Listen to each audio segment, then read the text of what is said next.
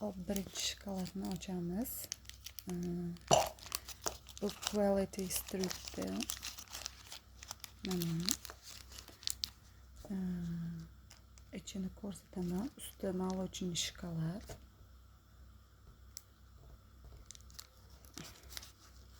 İçi Bounty. Lekin bu qaranglar, oddiy Bounty emas. Bu karamelli Bounty. Chunki buning ichida ko'p narsasi, shokoladlari karamelli ekan. Mana endi Celebrations'dagi Bounty'ni ochamiz.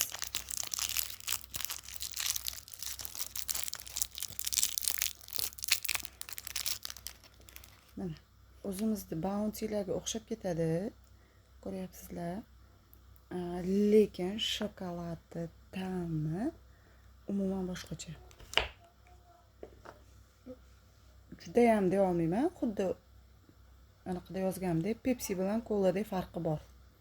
Pepsini ichganlar, misol uchun Cola icha olmaydi, Cola'ni ichganlar yoki Pepsini farqini tez biladi-yu, xuddi shunday o'zimizda sotilayotgan Bounty bilan bu Bounty'ning farqi bor. Shokoladida ham, ichidagi kokosida ham farqi bor.